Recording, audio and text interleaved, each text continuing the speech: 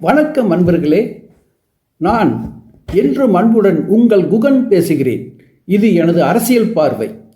முதல்வரான விஜய் ஆட்சி மீது நம்பிக்கை வாக்கெடுப்பு நடந்தது. நீங்கள் எல்லாம் என்ன நடந்தது என்று பார்த்தீர்கள் அல்லவா?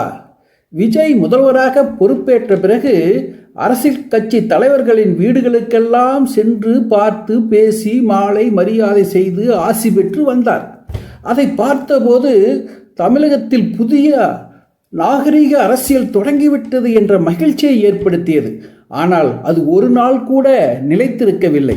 நம்பிக்கை வாக்கெடுப்புக்கு முன்பாக அரசியல் கட்சி தலைவர்களின் பேச்சுக்களில் வழக்கமான கேலிகளும் கிண்டல்களும் நையாண்டிகளும் குறை கூறுதலும் வசைபாடுதலும் தான் இருந்தன. இவர்கள் எல்லாம் நேற்று சந்தித்து பேசி நட்பு பாராட்டி மகிழ்ச்சியோடு உரையாடியவர்கள் தானா என்ற கேள்வியை எழுப்பியது. மைனாரிட்டி அரசு, பாஜகவுடன் கூட்டணி வைத்தவர்கள், எதிர்க்கட்சிகளை உடைக்கும் வகையில் அதிசய அரசியல் செய்பவர்கள் என்றெல்லாம் பல்வேறான ஏச்சுக்கள் பேச்சுக்களை பார்த்தபோது முகமூடிகள் கிழிந்து உண்மை முகங்கள் வெளிப்பட்டு விட்டதை காட்டியது.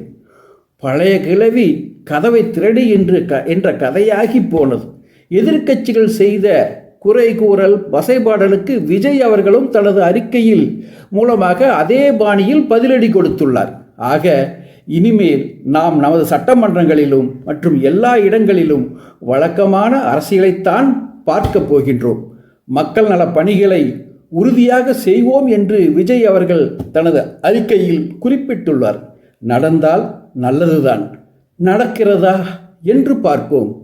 அனைவருக்கும் மிக்க நன்றி. அடுத்த அரசியல் பார்வை காணொளியில் சந்திப்போம். அதுவரைக்கும் உங்களிடமிருந்து விடைபெறுவது என்றும் அன்புடன் உங்கள் அன்பன் விடியல் குகன்.